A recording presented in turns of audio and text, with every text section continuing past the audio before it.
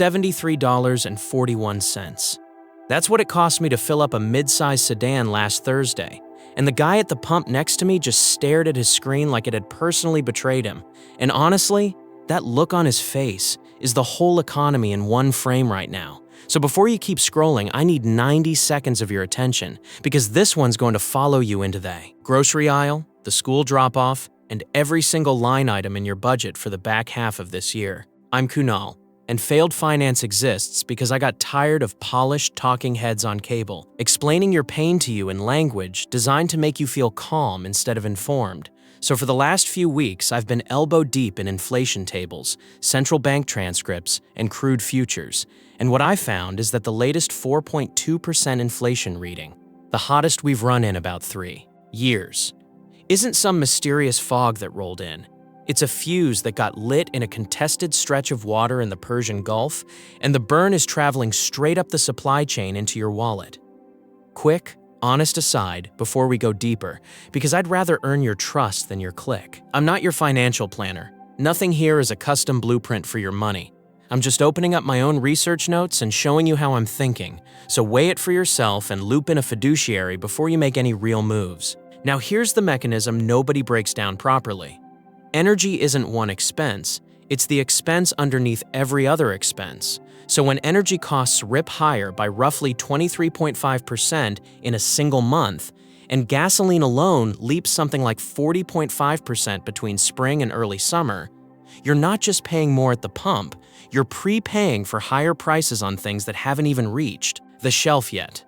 Think about the tomato on your sandwich. It rode a diesel truck up I-80 to get to you. That next day box on your doorstep rode jet fuel through a hub in Memphis. The rideshare to your daughter's recital burns the same barrel that just got weaponized in a shipping lane half a world away, and every one of those operators is quietly stitching their new fuel bill into your final price. Groceries are already up around 3.1%, and I know that sounds like rounding error until you run it against a household of 4 dropping $1,200 a month at the store. That's nearly $40 extra vaporized this month for the identical cart you bought in May, and the forecasts for July aren't whispering, they're warning. So let me put a real question in front of you. When's the last time your paycheck handed you a 4.2% raise in 12 months, never mind in 1 quarter? Because if your income didn't move and prices did, you just took a pay cut without anybody having the decency to tell you, and you're working the same hours for less life. Do me a favor and drop a number in the comments. What's your fill-up running now versus 8 weeks ago?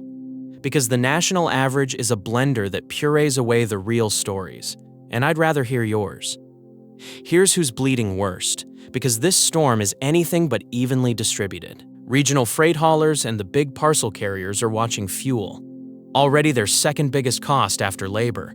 Balloon overnight on contracts that don't let them reprice fast enough, so brace for surcharges, slower delivery windows, and some of the thinner margin outfits simply going dark. Airlines are arguably worse off, because jet fuel shadows crude almost step for step, and carriers that were finally stitching together a few profitable quarters are watching that progress get incinerated, which is exactly why your August flight to see family is going to sting more than it did last year, and the ones that botched their fuel hedging are going to hemorrhage cash all season. Consumer staples giants, the household brands stocking your pantry, are stuck in a clamp, with raw inputs, packaging, and shipping all climbing while shoppers, already stretched, start quietly swapping name brands for the store label, so their margins thin and their share prices get jumpy. And the auto world is fighting a war on 2 fronts at once. Gas-powered trucks suddenly feel like a liability nobody wants to finance, while the electric alternative leans on battery materials sourced from regions that are catching their own geopolitical heat, so neither side of the lot is comfortable. Here's the part that fits this channel's whole reason for existing. Even the greats get torched by energy, and the most reassuring proof I know is the Oracle of Omaha himself, because back in 2008, Warren Buffett went big on an oil name right before the bottom fell out, and Buffett first entered ConocoPhillips in 2005 but vastly expanded his stake in 2008, just before COP shares cratered with the rest. Of the energy sector, with Berkshire ultimately absorbing a $1.5 billion loss driven largely by a $1.9 billion write-down on the stock. The lesson there isn't Buffett's a fraud. It's that timing an energy spike or an energy crash is a fool's errand even for the best investor who ever lived, which is exactly why your defense has to be structural, not reactive. So what do you actually do this week instead of just doom posting about it? Move 1. Audit your fuel and transport spending like an auditor who hates you, meaning consolidate 5 separate errand runs into one looped trip. Carpool the youth sports circuit with 2 other families, claw back any work-from-home days your employer will sign off on, and take a brutally honest look at whether that barely driven second vehicle is worth its insurance, registration, and tank. Move 2. Your portfolio needs to stop pretending the real world isn't on fire, because if you hold literally zero energy or commodity exposure, you've quietly placed a bet against the exact force that's jacking up the price of everything else in your life. Energy sector funds that hold the integrated oil majors and the pipeline operators have, in past supply shocks, behaved like a built-in shock absorber. Because when crude surges, those businesses gush cash, and that cash flow can partially offset the bruising you're taking at the pump and the register. I'm not telling you to torch your index fund and gamble the rent on oil futures. I'm saying a right-sized slice, something a planner can scale to your actual situation, can act like insurance written specifically for the climate we're standing in. Move 3, and it's the one people groan at. Your emergency fund has to be physically larger than it was 6 months ago, because a 3-month cushion priced in today's dollars simply buys fewer months than the same number did in January. And if your industry is one of the ones I just listed, the last thing you want is to be forced selling investments at the bottom just to cover rent. If breakdowns like this, plain English, real numbers, no sedation, are what you wish more money channels actually delivered, tap subscribe on Failed Finance. Because I'm tracking this story week over week as fresh data lands and as the central bank decides whether it panics or holds its nerve. And trust me, that decision is going to shape your next 12 months more than any stock pick I could hand. Which lands us on the uncomfortable truth almost nobody on financial TV will say into a camera, because it complicates their tidy little segments. A 4.2% inflation print born from a geopolitical energy shock is a fundamentally different animal than the demand-fueled inflation we wrestled with a few years back, and confusing the two will wreck your strategy over the next 6 to 12 months. Demand inflation. The kind we got when stimulus was sloshing around and everybody was financing a home gym they used twice, actually responds to rate hikes. The central bank cranks the cost of money, demand cools, prices settle. Supply shock inflation does not play by that rulebook, because no interest rate on Earth puts another barrel of crude onto a tanker that's afraid to transit a contested waterway, which means policymakers are essentially aiming a fire extinguisher at a fire it was never built to fight. And if they hike anyway just to look decisive, you get the nightmare combo: sticky prices plus tighter credit. And the textbook word for that is stagflation, the same beast that mauled this country in the late 1970s.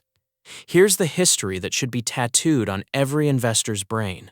The people who walked out of that decade intact were the ones holding productive, hard assets with pricing power, and the people who got financially flattened were the ones clutching long-duration bonds and rich-priced growth stories. The Oracle's wisdom rhymes here too, because at a Berkshire shareholders meeting, Buffett repeated his long-held advice that one of the strongest protections against inflation is sharpening your skills and being at the top of your field, calling it the best thing you can do. And he doubled down on why, noting that whatever abilities you have can't be taken away from you or inflated away from you. And the best investment by far is anything that develops yourself. And it's not even taxed. Sit with that, because it reframes your number one inflation hedge as your own earning power, not your brokerage balance. Let me hand you something concrete from the last couple of weeks. A freight operator I've been tracking out of the Midwest runs a fleet of around 240 trucks up and down the interstate corridors, and their monthly diesel bill jumped from roughly $900,000 to about $1.3 million practically overnight. And because their hauling contracts lock rates for months, they can't pass that through fast enough, so they're either eating the gap and bleeding the cash reserves they spent a decade building, or they hike rates and watch customers walk to a competitor with deeper pockets. That exact squeeze is happening across thousands of small and mid-cap industrial names right now, and it's why I think the coming earnings season is going to be ugly for anyone holding broad, small-cap exposure with no sector discipline. If you work in trucking, warehousing, aviation, or anything feeling this directly, tell me in the comments, because I want to feature real ground-level stories next week, and a sentence from someone living it beats anything I can scrape off a terminal. Now the playbook, because I promised steps you can actually run. 1. Ladder your cash into short-dated treasury bills, the 4- and 8-week tranches, which in this environment are throwing off yields that actually keep pace with or beat inflation while staying liquid enough to deploy the second volatility hands you a real bargain, and those bargains are coming. 2. Study midstream energy infrastructure and the partnerships that own the pipelines and storage tanks, because they tend to earn on volume regardless of whether crude prints 70 or 120, and many spin off generous distributions that feel like a lifeline when everything else is getting squeezed. Just know they hand you a K-1 form that makes tax season messier, so factor that in before you fall in love. 3 is mental more than mechanical. Stop trying to nail the exact top in oil or the precise bottom in growth stocks, because consistency of process beats brilliance of prediction every single time. And remember, Buffett himself has said predicting future inflation is a fool's game, that no one can really know how much inflation there will be over the next 10 years, 12 months, or even 4 weeks. 4. And this is the Buffett move that costs nothing. Pour into yourself, because he considers real estate a good inflation investment and favors businesses you buy once without endless reinvestment. But his deeper point is that your own capability compounds tax-free. Reassess your job security honestly. Sharpen a skill that's in demand. Network like your mortgage depends on it, and build a side stream. Freelance, consulting, a small gig clearing an extra few hundred a month. That turns a layoff from a catastrophe into an inconvenience. 5. Take a fresh, ruthless pass at your fixed costs. Because when prices run this hot, every recurring dollar you reclaim is worth more than last year's dollar. Reshop your auto and home coverage. Renegotiate the internet bill. Kill the 3 streaming services you forgot existed, and comb 90 days of card statements for the slow leaks you've been funding on autopilot. 6. For anyone with a real-time horizon. This kind of dislocation is precisely where generational wealth gets quietly built, because the folks who bought quality dividend payers in the wreckage of the mid-1970s, when half the country was convinced America was finished, retired, comfortable, while the ones who panic-dumped everything into cash spent 2 decades watching their real returns melt. And, on that note, keep your eye on the macro. Buffett has announced he's stepping back, with Greg Abel taking the top job as of the start of 2026, which tells you even the all-time greats plan for a baton pass instead of trying to time their own exit.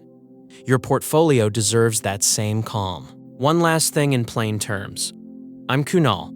This is just my read after too many midnight sessions inside the data at Failed Finance. None of it is tailored advice for your exact life, so sit down with a qualified planner before you rearrange anything serious in a market this jumpy. Tell me below what's actually keeping you up. Pump prices, the grocery bill, your job, your retirement clock. I read every comment, and the next few videos get shaped by whatever you tell me is hitting hardest. And if this earned a spot on your list, the single best thing you can do is forward it to one person you know who's quietly stressed about money right now, because regular households don't survive a setup like this by panicking in isolation. They survive it by passing real information hand to hand.